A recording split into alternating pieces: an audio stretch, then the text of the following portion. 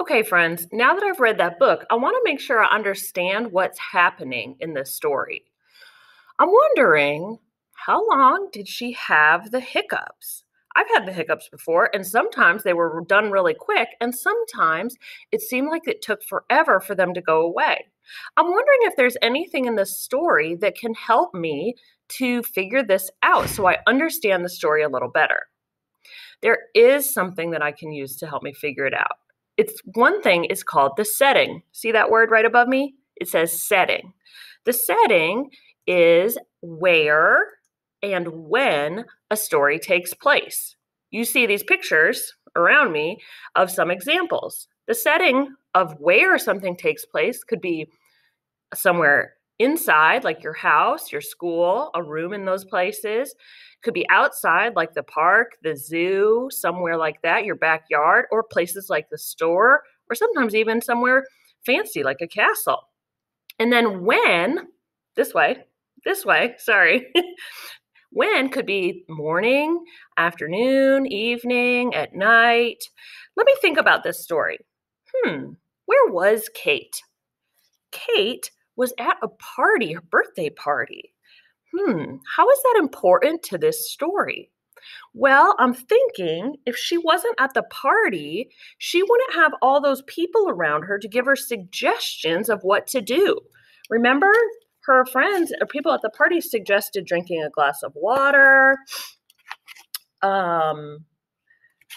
holding her nose, standing on her head.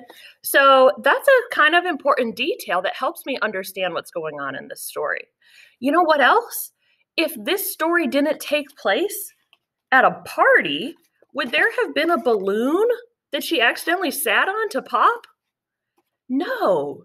I don't really have a lot of balloons just laying around my house, do you? So it's very important that this story is set at a party because that's how she finally gets rid of the hiccups. If she was just at home or if she was at school, this story wouldn't really make sense. Now let's think about the time of when the story took place. When I think of a birthday party, it's something that's kind of short. It doesn't last all day or into the next day. So that helps me think that maybe she didn't have these hiccups for that long. Because if she got them during the party and she also got rid of them during the party, it wasn't that long of a time, even though it might have felt like that. So when I'm thinking about the setting, I want to think about when the story takes place and where the story takes place. Would this story make sense in a different time or a different place? Probably not. So I know that the setting is something important that helps me understand the story.